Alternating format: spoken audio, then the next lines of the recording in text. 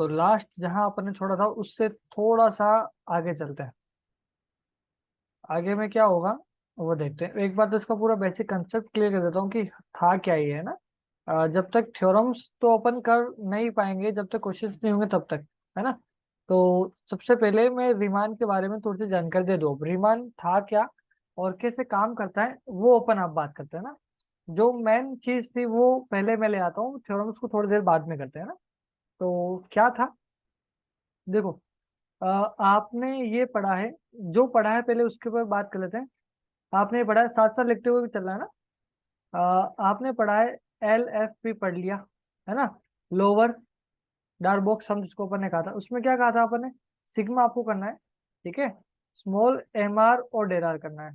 Small M R क्या है, infimum है, ठीक है। निम्न के डेल आर क्या है, उस लेंथ की, उस इंटरवल की जो लेंथ है उसको अपन ने कहा था ना। आर की वैल्यू 1 से लेकर एन तक गया था ना। आपने पढ़ा है यू एफ पी, आपने ये भी पढ़ा है ना। यूएफपी को आपने क्या पढ़ा था, सिग्मा लिखा था, आर इक्वल टू 1 से लेकर के एन तक लिखा था। और यहाँ लिखा था आपने कैपिटल एम आर और डेल आर, आपने ये लिखा था, है ना। तो आपने ये दो चीजें लिखी थी, क्लियर है। अच्छा, अब अपन ने क्या कर रहे हैं कि इसको अंदर अपन रीमान की डेफिनेशन यूज कर रहे हैं। और रीमान ने इंटीग्रल की, इस रीमान इंटीग्रल की दो डेफिनेशन दी है ना। एक तो जो है वो न्यूमेरिकली दिया, मतलब क्वेश्चन को सोल्व करने के लिए दिए। और दूसरी क्या है, थ्योरेटिकल अप्रोच दिया है, जैसे किसी थ्योरम्स को प्रूव करना हो वगैरह के लिए, तो वो दूसरी अप्रोच अपने पास भी अवेलेबल रहेगी। तो कुछ क्वेश्चंस को अपन न्यूमेरिकली वाली डेफिनेशन यूज करेंगे और कुछ को अपन वो वाली डेफिनेशन यूज करेंगे, ठीक है। तो अब अपन बात करते हैं इसकी रीमान इंटीग्रल की डेफिनेशंस के लिए। दो चीजें आप पहले सीख लो। इसमें भी क्या आ रहा है, लोअर रीमान आ रहा है। अब इतनी मैथ तो चल जाएगी मेरे ख्याल से ना, थोड़ी बहुत तो चल जाएगी, है ना। लोअर रीमान, लोअर का मतलब निम्न, है ना। और रीमान का रीमान ही है। और मैंने यहाँ लिख दिया इंटीग्रल, ठीक है। निम्न रीमान समाकल जिसको अपन कहेंगे, ठीक है। और एक है मेरे पास यूएफपी, वो भी मैं साथ साथ ही लिख देता हूँ, ठीक है। अपर, यहाँ लिख रहा हूँ मैं अपर। ध्यान रखना, अब मैं डार्बोक सम नहीं कह रहा हूँ, अब मैं रीमान के ऊपर आ रहा हूँ। अपर रीमान इंटीग्रल। अब इनमें है क्या, देखो, लोअर कह रहा है ना। लोअर कह रहा है मतलब आपको लिखना है क्या, एल एफ पी लिखना है। इंक बदल लेते हैं। लोअर कह रहा है मतलब आपको लिखना है एल एफ पी, ये आपको लिखना है ना, ये कोमा है बीच में, ठीक है। और अगर आपको अपर रिमांड कह रहा है तो आपको क्या लिखना है, यू एफ पी लिखना है, ये आपने यू एफ पी लिख दिया, ठीक है। अच्छा, अब लोअर कह रहा है, तो अगर आपको लोअर रिमांड इंटीग्रल को लिखना है तो आप डिफाइन ऐसे करोगे, इंटीग्रेशन का साइन लगाओगे। यहाँ ए से बी मतलब किस इंटरवल में डिफाइन है, कौन सा अंतराल उसको दे रखा है। ए से बी तक की बात कर रहा है, जिसके ऊपर पार्टीशन करते हैं वो वाला अंतराल है ना। और लोअर की बात करते हैं, एक ए के नीचे छोटा सा बार आप लगाओगे, इसको ए बार कहेंगे, ए के नीचे लगाना, लोअर कह रहा है इसलिए ना। और यहाँ पर उसको क्या लिखा था, एफ एक्स डी एक्स, ये होता है लोअर रिमांड की डेफिनेशन, ठीक है। ये, अब इसमें एल एफ पी का आपको करना क्या है, सुप्रीमम निकालना है। सुप्रीमम मतलब उच्चक निकालना है। और कैसे निकालते हैं वो मैं अभी आपको सिखाऊंगा, ठीक है। तब तक के लिए थोड़ी देर बैठो आप। अच्छा, अपर कह रहा है, अपर में क्या कहेगा बोलो। अपर में कहेगा ए से बी बार, ऊपर की ओर बार लगाना है, ठीक है ना। और यहाँ क्या आ जाएगा, एफ एक्स, और मैंने लिख दिया dx। अब अपर में क्या हो जाएगा, इनफीमम आपको लिखना है, ठीक है। इनफीमम ऑफ यूएफपी, मतलब जो यूएफपी था, अपर डार्बोक सम था, उसको तो कम करना है, ठीक है। और जो लोअर रिमांड था, जो लोअर डार्बोक सम था, उसको बढ़ाना है। देखो क्यों बढ़ाना है वो अपन देखते हैं ना। मैं आपको पीछे लेके जाता हूँ, जो अपन ने देखा था उसके ऊपर जाता ना। हमने ये ज्योमेट्रिकल इंटरप्रिटेशन देखा था ना। अब देखो एलएफपी में आपने क्या लिखा था, एलएफपी में आपने लिखा था कि जो आप एरिया जो निकाल रहे हो वो कम आ रहा है ना। कम क्यों आ रहा है, क्योंकि एरिया आपको निकालना था, इस पूरी लाइन का एरिया आपको निकालना था, है ना। मैं यहाँ पर हाईलाइटर का यूज कर लेता हूँ ताकि आपको क्लियर हो जाए, है ना। आपको क्या करना था, आपको इस लाइन का एरिया निकालना था, है ना। इसके जो नीचे आ रहा है उसका एरिया निकालना था, लेकिन आपने जो लोअर रिमांड लगाया उससे क्या हुआ कि आपने जो एरिया निकाला वो थोड़ा सा अलग निकाला, थोड़ा सा गलत निकाला। गलत क्यों निकाला, क्योंकि आप ये देख पा रहे होंगे कि जो एक्स्ट्रा पार्ट जो बच गया है, देखो ये वाला पार्ट बच गया होगा। आपने डब्बे बनाए थे, डब्बे के अकॉर्डिंग एरिया निकलेगा आपका तो, है ना। तो डब्बों में से ये जो एरिया है, ये एक्स्ट्रा भाग जो मैं येलो येलो कर रहा हूँ, आपको दिख रहा होगा, ये एक्स्ट्रा पार्ट है ना, वो आपने ऐड ही नहीं किया, जबकि वो ऐड होना चाहिए था, क्योंकि आप उस कर्व का एरिया निकाल रहे हो। कर्व के जितने नीचे जितना भी हिस्सा आ रहा है वो उसका एरिया है ना। तो आपने लोअर रिमांड के अंदर एरिया जो निकाला है वो कम निकाला है, ठीक है। और अपर रिमांड में जो आप एरिया निकालते हो वो ज्यादा निकालते हो। दिख रहा होगा आपके जो बॉक्स है वो कर्व से ऊपर भी जा रहे हैं, है ना। तो क्या कर रहे हो, आप एलएफपी में जो एरिया निकाल रहे हो कम कर रहे हो, यूएफपी में जो आप एरिया निकाल रहे हो वो ज्यादा निकाल रहे हो। तो ज्यादा को आपको कम करना पड़ेगा, ठीक है। जो आपने ज्यादा निकाला है उसको कम करना पड़ेगा, मतलब उसको इन्फिमम करना पड़ेगा। और जो एलएफपी में जो आपने एरिया कम निकाला उसको बढ़ाना पड़ेगा। यही विमान ने बोला है ना, विमान ने यही बोला है। अब मैं आता हूँ उसके ऊपर। विमान ने क्या बोला है, अपन वहां पर आते हैं नीचे की ओर, है ना। रिमांड ने ये बोला है कि जो आपने लोअर रिमांड इंटीग्रल निकाला था, एलएफपी जो लिखा था, उसको आप सुप्रीमम कर दो, उसको बढ़ाओ, जितना आप मैक्सिमम कर सकते हो उतना कर दो, ठीक है। और जो आपने यूएफपी निकाला, अपर रिमांड निकाला है ना, उसको आप छोटा करने की कोशिश करो, ये इसने बोला था, ठीक है। तो बस ये डेफिनेशन से लोअर रिमांड और अपर रिमांड। अब रिमांड इंटीग्रल कहेंगे किसको, वो अब पहली डेफिनेशन में यहाँ पे आपको लिख देता हूं। यहाँ तक आगे समझ में, है ना। अब डेफिनेशन पे आते हैं, पहली डेफिनेशन रिमांड की ना। रिमांड इंटीग्रल कहते हैं किसको है, वो अपन डेफिनेशन पर आते हैं, ठीक है। पहली डेफिनेशन लिख रहा हूं मैं, डेफिनेशन को मैं लिख रहा हूँ D1, पहली डेफिनेशन है अपने पास, है ना। तो रिमांड इंटीग्रल की जो पहली डेफिनेशन है, रीमान इंटीग्रल की जो अपनी D1 का मतलब पहली डेफिनेशन है, उसमें मैं इसका थ्योरी नहीं लिख रहा हूँ, मैं सीधी सी बेसिक से फंडामेंटल बात कर रहा हूँ। इसने क्या कहा कि कोई भी आपका समाकलन रीमान समाकलन होगा, कोई भी आपका इंटीग्रल रीमान इंटीग्रल होगा, कब होगा, जब आप उसका लोअर रीमान निकालते हो, ये अपन ने अभी लिखा, है ना, ये f(x) dx, आप उसका लोअर रीमान निकालते हो, और आप उसका अपर रीमान इंटीग्रल निकालते हो a से b बार, ठीक है। और ये दोनों के दोनों अगर इक्वल हो जाए, है ना, ये दोनों इक्वल हो जाए, उसको अपन बोलते हैं रीमान इंटीग्रल। क्यों, जो दिया गया आपको इंटीग्रल है वो रीमान इंटीग्रल होगा, ये इसने कहा, ठीक है। अच्छा, जनरली अगर ये दोनों इक्वल हो जाते हैं तो अपन इसको ऐसा भी लिखते हैं, इंटीग्रेशन a से b और f(x) dx, इसको ऐसा लिख दिया जाता है। मतलब बार का कंसेप्ट यहाँ पे खत्म हो जाता है, जब लोअर रिमांड और अपर रिमांड दोनों बराबर आ जाते हैं। देखो मेरे को देखना, मेरे हाथों को देखना क्या कहना चाह रहा है। जो भी एरिया निकाला, एलएफपी में जो एरिया था वो कम था, यूएफपी में जो एरिया था वो ज्यादा था, है ना। इसने क्या किया कि जो कम वाले को बढ़ाया, सुप्रीमम किया, और जो ज्यादा वाले को कम किया, इन्फीमम किया, और दोनों को बराबर लाने की प्रयास करा, ठीक है। और इसी को इससे क्या लिख के दिया, ए बार ए से बी f(x) के दिया। ये रीमान इंटीग्रल की पहली डेफिनेशन। ये क्लियर हुई डेफिनेशन। देखो क्वेश्चन से और अच्छा क्लियर हो जाएगा, लेकिन अभी तक क्लियर हुआ कि नहीं हुआ, हो गया हो तो यस सर लिख दो नीचे फटाफट।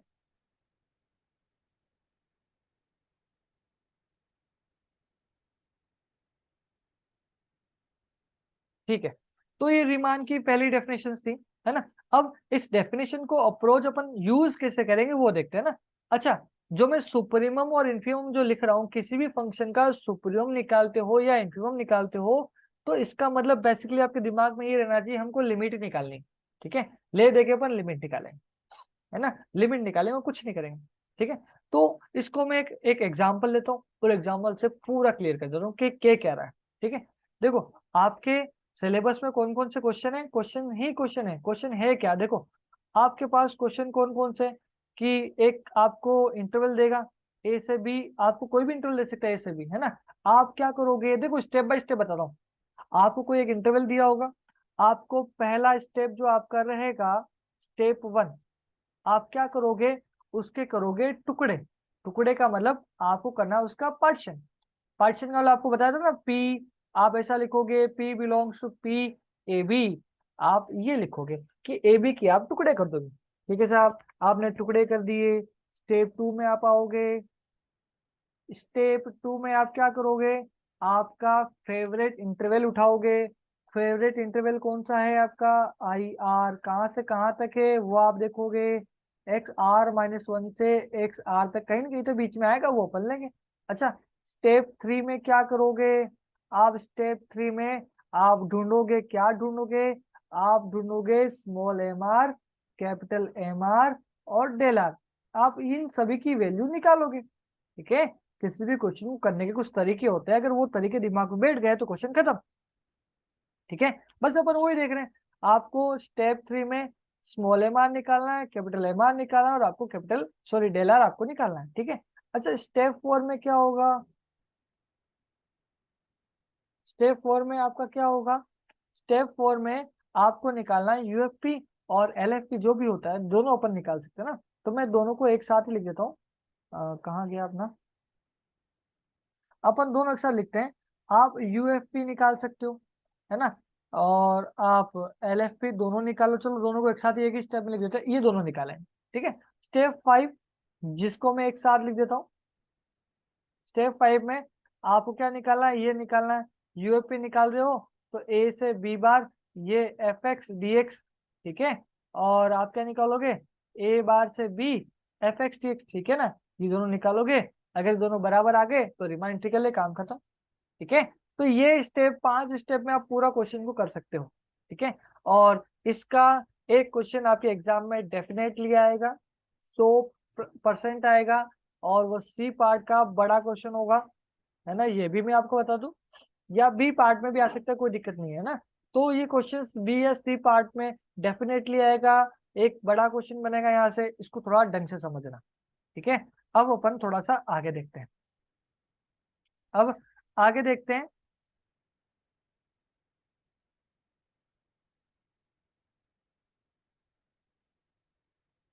ठीक है, अब आगे अपन देखेंगे क्या, इसमें क्वेश्चन देखते हैं। क्वेश्चंस क्या क्या है आपके पास? क्वेश्चन ज्यादा कुछ नहीं है। क्वेश्चन आपको कैसा कैसा दे सकता है? एफ एक्स बराबर में एक्स दे सकता है, एफ एक्स बराबर में एक्स स्क्वायर दे सकता है, एफ एक्स बराबर में एक्स क्यूब दे सकता है, एफ एक्स बराबर में आपको साइन एक्स दे सकता है, एफ एक्स बराबर में आपको कॉस एक्स दे सकता है। ऐसे कुछ क्वेश्चन आएंगे। देखो ये 5 क्वेश्चन तो मैंने बता दिए, जो घूम घूम फिर के हर साल आते ही आते हैं। अब इन 5 में से ये कितने क्वेश्चन बताए? 1 2 3 4 5, 5 6 क्वेश्चन बताए। इनमें से क्वेश्चन डेफिनेटली आपके एग्जाम में, मैं कह रहा हूँ 100% एक क्वेश्चन है इनका। तो कोई भी 2 या 3 क्वेश्चन आप अच्छे से कर लोगे तो सारे क्वेश्चन हो गए, ये मान के चलना। ठीक है, तो ये क्वेश्चन ऐसे ही है और कुछ नहीं है। मैं क्वेश्चन की पूरी डेफिनेशन, पूरा क्वेश्चन को अच्छे से पढ़ूंगा, को डिफाइन करूंगा, और फिर अपन आगे चलेंगे। ठीक है, तो हम सबसे पहले बात करेंगे इसकी, एफ एक्स बराबर में एक्स, एक क्वेश्चन ले लेते हैं। ठीक है, अब इसको देखते हैं आगे कैसे करेंगे। ठीक है, ये आपका एग्जाम्पल कौन सा, मैं भी वो भी देख लेता हूँ, है ना, ताकि आपको आइडिया भी लगता रहे कि अपने क्वेश्चंस कहाँ से आ रहे हैं, कौन कौन सा क्वेश्चन आ रहा है। अच्छा, ये आपका एग्जाम्पल नंबर 2 है बुक का, है ना। एग्जाम्पल नंबर 2 है आपका बुक का। इसने बोला है कि इफ, मतलब यदि, क्या बोला है इसने? यदि जो एफ एक्स है, एफ एक्स कोई फंक्शन आपको दे दिया, उसको एक्स ही बोला है। ठीक है, और क्या लिखा है इसने? एक्स बिलोंग्स टू, इसने लिखा हुआ है 0 से 1। एक्स की जो वैल्यू है वो 0 से 1 के बीच में देगी। मैंने आपको कहा था कि आपको एक इंटरवल देगा, और वो 0 से 1 दे दिया आपको। ठीक है, और आपको प्रूव करना है। ठीक है, देन प्रूव दैट, इसने क्या लिखा है आगे? देन प्रूव दैट, मतलब आपको सिद्ध करना है। क्या सिद्ध करना है? F belongs to R A B, ये इसने ऐसा लिख दिया है। ठीक है ना, अब इसका मतलब कुछ अलग नहीं समझना है। एफ बिलोंग्स मतलब एफ जो आपको फंक्शन दिया वो बिलोंग्स का मतलब वो क्या आ रहा है? आर कह रहा है, आर का मतलब रीमान। ठीक है, एफ जो आपको फंक्शन दिया है वो रीमान समाकलन है, आपको ऐसा प्रूफ करना है। ठीक है, तो ये आपको काम करना है। अच्छा, अब सबसे पहला काम आपने स्टेप में क्या लिखा था? आपको जो फंक्शन दिया हुआ है उसका आप क्या करोगे? पार्टीशन करना है आपको। ठीक है, पार्टीशन करना है, उसके टुकड़े करना है। ठीक है, टुकड़े करने हैं तो मैं एक नंबर, एक लाइन ड्रॉ कर देता हूँ, लाइन से आपको और अच्छा क्लियर हो जाएगा। हमने एक लाइन यहाँ पर ड्रॉ कर दी। ठीक है, आपने एक लाइन ड्रॉ कर दी। ठीक है, कर दी सर। अब इसके आगे क्या? आपको दिख रहा होगा कि आपके पास जो पहला नंबर है वो लिखा है 0, 0 दिख रहा होगा आपको, 0 इंटरवल बोला है इसने। ठीक है, और उसके बाद में आपका जो लास्ट नंबर है, सर कहाँ चला गया?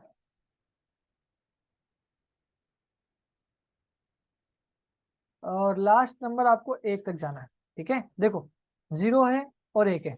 ठीक है। और मैंने आपको बताया था कि जो पहला नंबर है आप उसको क्या बोलोगे, एक्स नोड बोलोगे, और लास्ट वाले नंबर को आप बोलोगे एक्स एन बोलोगे। आपको इसके टुकड़े करने हैं, ठीक है, और इक्वल पार्ट करने। इक्वल पार्ट करने हैं मतलब आप इक्वल इक्वल इसके एन पार्ट करोगे। अच्छा, इक्वल एन पार्ट तो आपको करने आते होंगे ना। अच्छा, मुझे बताओ इसके जस्ट आगे वाला क्या आएगा, ये 1/n, इक्वल पार्ट कर रहे हो ना आप एन। फिर क्या आएगा, 2/n आएगा। फिर क्या आएगा, 3/n आएगा। फिर क्या आएगा, 4/n आएगा। ऐसे करते करते ये वन को आप क्या लिखोगे, n/n, तो ही तो वन होगा ना। अच्छा, तो यहाँ पर अपना इंटरेस्ट किस में है, इसके आरवे अंतराल में अपना इंटरेस्ट है। मैं उसी को थोड़ा सा बड़ा कर रहा हूँ, ठीक है। यहाँ पर कहीं पर भी बीच में r-1/n आएगा, और यहाँ पर कहीं पर r/n आएगा। ये क्लियर समझ में आ गया। ये अपना कौन सा है, आरवा अंतराल, जिसकी हमको तलाश थी, ठीक है। ये अपना है आई आर इंटरवल, क्लियर। और यही हमको हमको सब कुछ ला के देगा, ठीक है। एक बात तो क्लियर होगी। देखो, आरवा अंतराल आपको ऐसे लाना है, आपको 0 से लेकर 1 तक गिनती दी थी, उसके एन टुकड़े करने, आपने एन टुकड़े कर लिए और बीच में कहीं पर आरवा अंतराल ले लिया, ठीक है। आरवा अंतराल r-1 से r तक जाएगा, ये भी आपको फिक्स, ठीक है। अच्छा, अब आपने स्टेप 2 क्या लिखा था, मैं स्टेप 2 पे आता हूँ, पहले उधर देख लेता हूँ आप क्या लिख के आए थे स्टेप 2। अच्छा, पार्टीशन आपने कर लिया है, आरवा अंतराल आपने निकाल लिया, अब स्मॉल एम आर डेलर ये सब निकालना है, ठीक है, निकालते हैं भैया, ठीक है। तो यहाँ अपन इसको थोड़ा सा मैं हाँ, अब यहाँ पर थोड़ा सा अपन इसको देखते हैं। देखो, मैं एकदम इसको अच्छे से लिख देता हूँ कि हमने ढूंढ लिया है क्या, हमने ढूंढा है आई आर, आरवा अंतराल। क्या ढूंढा है हमने, कहाँ से कहाँ तक है, r-1/n से लेकर के r/n तक, ये हमारा आरवा अंतराल है जी। अच्छा, अब आगे क्या होगा, हमने ये ढूंढ लिया, ढूंढ लिया, हमको इसकी लेंथ निकालनी, जिसको अपन बोलते हैं डेला, लेंथ ऑफ द इंटरवल। आपने पढ़ा था लास्ट में, फर्स्ट को आप सब ट्रेक कर दो जिस अंतराल की बात कर रहे हो, r/n माइनस r-n/n, ये इसको सब ट्रेक करोगे तो आपको क्या मिलेगा, 1/n मिलेगा। अच्छा देखो, आपको, आपने इक्वल पार्ट किए ना, इक्वल पार्ट किए, तो इक्वल पार्ट किए तो आप पहले इन दो में से आप सब ट्रेक कर लो, तो भी कोई दिक्कत नहीं, इक्वली तो पार्ट कर रहे हो आप, किसी को सब ट्रेक कर लो। बस मैंने तो यहाँ पर डेफिनेशन के हिसाब से लिख दिया, कोई दिक्कत नहीं है ना। तो आप सब्ट्रैक्ट करोगे तो 1/n ही मिलेगा। अच्छा, ये आपको डेलान मिल गया, ये मिल गया। अच्छा, अब बात करनी है किसकी, अब बात करनी है स्मॉल एम आर की, और अपन को बात करनी है किसकी, कैपिटल एम आर की। अच्छा, स्मॉल एम आर क्या था, फंक्शन की वैल्यू, ठीक है। स्मॉल एम आर क्या था, उस आरवे अंतराल में फंक्शन की वैल्यू।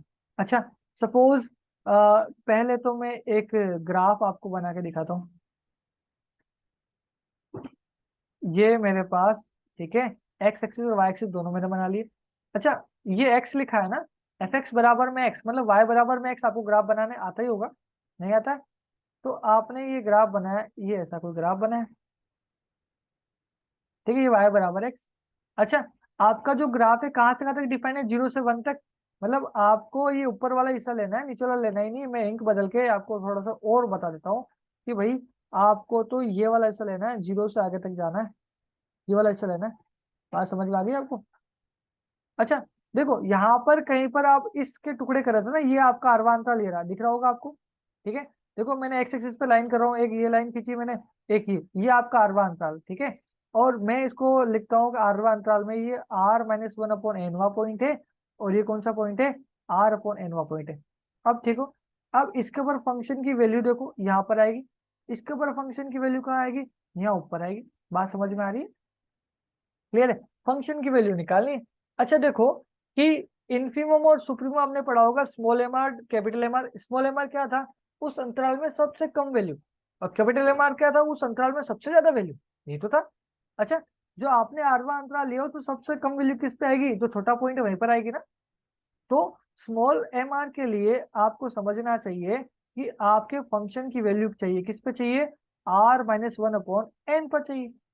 और कैपिटल एम आर के लिए आपको समझना चाहिए, आपको फंक्शन की वैल्यू चाहिए किसके ऊपर चाहिए, r/n पर चाहिए।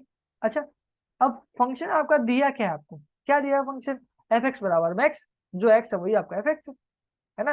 तो ये r-1/n पर फंक्शन क्या हो जाएगा, ये कहीं आपको आउटपुट दे देगा r-1/n, और ये कैपिटल एम आर कितना हो जाएगा r/n। यहाँ तक क्लियर हो गई आपको, बातचीत समझ में आ गई होगी। ठीक है, स्मॉल एम आर आपने निकाला है, कैपिटल एम आर आपने निकाला है। क्लियर। अब अपन को बात करनी है यूएफपी की और एलएफपी की बात करनी है। ठीक है, अब यूएफपी और एलएफपी निकालते हैं, कैसे निकालते हैं आपने देखा था, देखा था कि नहीं देखा था, देखा होगा ना। यूएफपी की डेफिनेशन पे आते हैं। अब जो भी वैल्यूज आपने निकाल दी अपन उसके ऊपर थोड़ा सा ध्यान से देखेंगे। अब पहले तो मैं यूएफपी की डेफिनेशन लिखूंगा। यूएफपी आपने क्या सीखा था, आपको सिखाया था सिग्मा कर रहा था आपने, कैपिटल एम आर और डेल आर, ये सारी वैल्यूज आप आगे पहले लिख चुके हो, लिखा होगा आप लोगों ने, है ना। अच्छा, देखते हैं। सिग्मा लगाया आपने, आर बराबर 1 से लेकर एन तक, कैपिटल एम आर, अभी थोड़ा सा मैं सर्कल को ऊपर करता हूँ। कैपिटल एम आर आपने कितना है, r/n है। डेल आर कितना अपने पास 1/n है, तो दोनों अपन यूज कर लेंगे। ठीक है जी, दोनों यूज करते हैं। तो आपने इसको लिखा r/n, डेल आर क्या हो जाएगा 1/n। मैंने सिर्फ वैल्यू पुट करी और इसके अलावा कुछ काम नया नहीं किया। अच्छा, अब सिग्मा किसके ऊपर लग रहा है, वो थोड़ा सा दिमाग लगाने वाली बात है। सिग्मा लग रहा है आर के ऊपर, आर की वैल्यू 1 से लेकर एन तक, मतलब आप सिग्मा जो लगा रहे हो वो आर पे लगा रहे हो, तो इस एन का क्या काम, तो 1/n² को आप बाहर निकाल दो। भाई नीचे एन एक ये रहा, एक ये रहा, दो एन है नीचे, इन दोनों को बाहर फेंको। ठीक है, अब क्या आ गया, r=1 से लेकर n तक, और ये r आ गया। बात समझ में। मैंने उस n को बाहर क्यों निकाला, क्योंकि जो मेरा सिग्मा है, सबमिशन है, वो r के ऊपर लगेगा। ठीक है, तो r की वैल्यू 1 से लेकर n तक जाएगी, इसका मतलब आप सभी को पता है, इसका मतलब आप सीधा ये कहोगे सर ये तो सिग्मा n है, सिग्मा n है। अच्छा, सिग्मा n का फॉर्मूला पता होगा क्या, सिग्मा n का फॉर्मूला पता है आप लोगों को शायद। अरे हाँ या ना ये तो बोल दो, पता है कि नहीं पता है। पता हो तो लिखो, और नहीं पता हो तो आगे बढ़े। नहीं, अच्छा, सिग्मा एन में आपको यहाँ पर अलग से लिखवा देता हूँ, नहीं पता, वेरी गुड। सिग्मा एन का फॉर्मूला होता है एन इंटू n+1/2, ये आपका सिग्मा एन का फॉर्मूला। ठीक है, अच्छा, सिग्मा एन स्क्वायर भी आएगा, सिग्मा एन क्यूब भी आएगा, ये सब फॉर्मूले आपको याद रखने पड़ेंगे। ठीक है, अच्छा, सिग्मा एन आपको मिल गया है। अब सिग्मा एन मिल गया है, तब आगे चलते हैं। यू एफ पी बराबर 1/n², सिग्मा एन क्या हो जाएगा, n × n+1/2, ये अपना यूएफपी हो गया। क्लियर है। अच्छा, आपको दिख रहा होगा सब, क्या दिख रहा है कि सर एक एन से एन काट दूं, काट दो, इसमें क्या दिक्कत है, वही काटने में तो अपन एक्सपर्ट है, कहीं से भी कोई भी चीज काट देते हैं, है ना। तो ये एन से एन मैंने काटा। अच्छा, क्या बचा, ऊपर बचा है n+1, नीचे क्या बचा है 2n, मुझे दिख रहा है, ये मुझे तो ये दिख रहा है ना। अच्छा, देखो, मैं जो काम यूएफपी के साथ कर रहा हूँ वही काम आपको एलएफपी के साथ करना है। ठीक है, अच्छा, अब आप यूएफपी से क्या निकालते हो, अपन को रिमांड चेक करना ना। तो यूएफपी में क्या होता था, क्या होता था, देख लो भाई, मैं पीछे ले जाता हूँ आपको 1 मिनट के लिए, वापस से पीछे लेके जाता हूँ। आप और रीमान इंटीग्रल निकाल रहे हैं, तो स्टेप में आप देखो, अगर आपने यूएफपी निकाला है, आ जाओ भैया, यूएफपी अगर आप निकाल रहे हो, तो यूएफपी का आप क्या करते हो, इनफिमम करते हो, यूएफपी को छोटा करने की कोशिश करते हो। तो अपन यूएफपी को छोटा करेंगे भैया, क्या करेंगे, छोटा करेंगे। तो जैसे ही आपने यूएफपी को छोटा किया, तो आप क्या कहना चाह रहे हो, आप पहला निकाल रहे हो अपर रीमान इंटीग्रल। ठीक है, अपर रीमान इंटीग्रल, आपको पहला काम आपको ये करना है। ठीक है, अपर रीमान इंटीग्रल को कैसे लिखते हैं आपको बताया मैंने थोड़ी देर पहले, कैसे बताया था, देख लेते हैं। हमने इसको ऐसा लिखा था, ए से बी बार f(x)dx, कुल मिला के हमको तो ये निकालना है। अच्छा, इसको लिखते कैसे हैं वो देखा था, हमने कहा था कि भैया इसको करिए आप इनफिमम, मतलब छोटा करो। ठीक है, किसको छोटा करना है, वो छोटा करना है आप किसको, यूएफपी को। ठीक है, ये आपको काम करना है।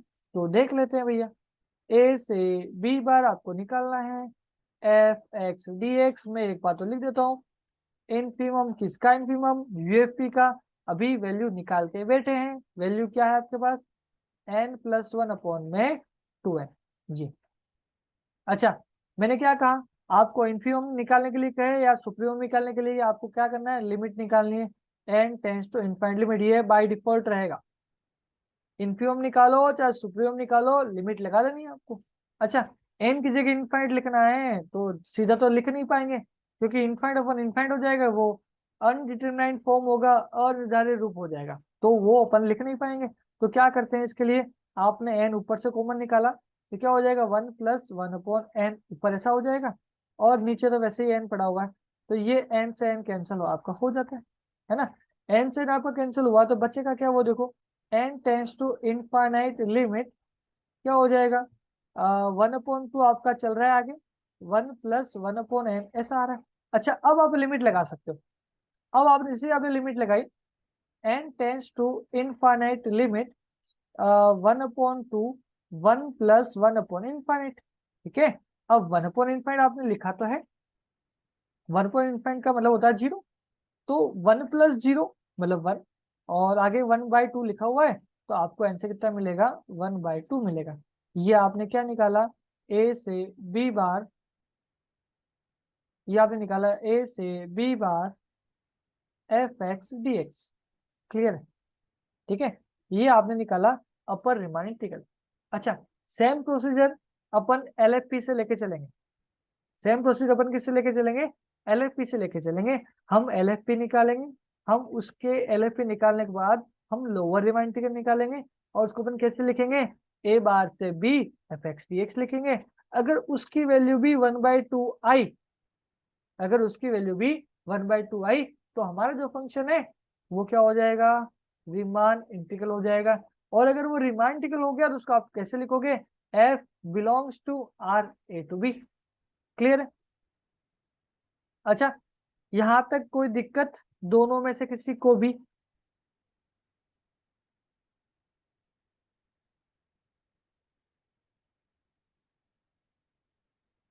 नहीं, क्लियर है ना, क्रिस्टल क्लियर एकदम, सब समझ में आ गया, ठीक है जी। अच्छा, कोई डाउट हो तो पूछ लो इसके अंदर अभी तक, है ना, क्योंकि सेम प्रोसीजर रिपीट होगा, और ये मैं कह रहा हूँ 10 नंबर पक्के, सीधी सी बात है ना, डायरेक्ट 10 नंबर क्वेश्चन है, आएगा आएगा आएगा, ठीक है। ये क्वेश्चन समझ में आता है तो अपन फिर थ्योरम्स के ऊपर भी आएंगे, थ्योरम्स भी आपकी आती है यहाँ पर, कई बार थ्योरम से पूछ लेता है ना। तो अभी तक का तो रिकॉर्ड ये रहता है कि एक क्वेश्चन देता है और एक थ्योरम देता है ये, है ना। लेकिन कभी कभार अगर किस्मत खराब हो तो दोनों थ्योरम भी देता है, और क्वेश्चन तो एक सी पार्ट में जरूर दे देगा। बी पार्ट की बात कर रहा हूँ, बी पार्ट में क्वेश्चन या थ्योरम दोनों आ सकते हैं। और ऑब्जेक्टिव में क्या पूछेगा, छोटा सा क्वेश्चन बना के पूछ लेगा, डेफिनेशन पूछ लेगा, डेफिनेशन का पूछ लेगा, यूएफपी, इनमें से यूएफपी क्या होगा, एलएफपी क्या होगा, ऐसा पूछेगा, ठीक है। तो मैं अभी इतना ही पढ़ा रहा हूँ, ठीक है। आपको इसका एलएफपी निकालना है, ट्राई करना है, होता हो तो ठीक है, नहीं होता है तो मैं कल इसको बताना ही बताना है मुझे। क्लियर है। बोलो भाई, कोई चीज अगर पूछनी हो तो पूछ लो, बोलता ही तो नहीं है कोई, अरे बोलो तो सही, नहीं बोलना है।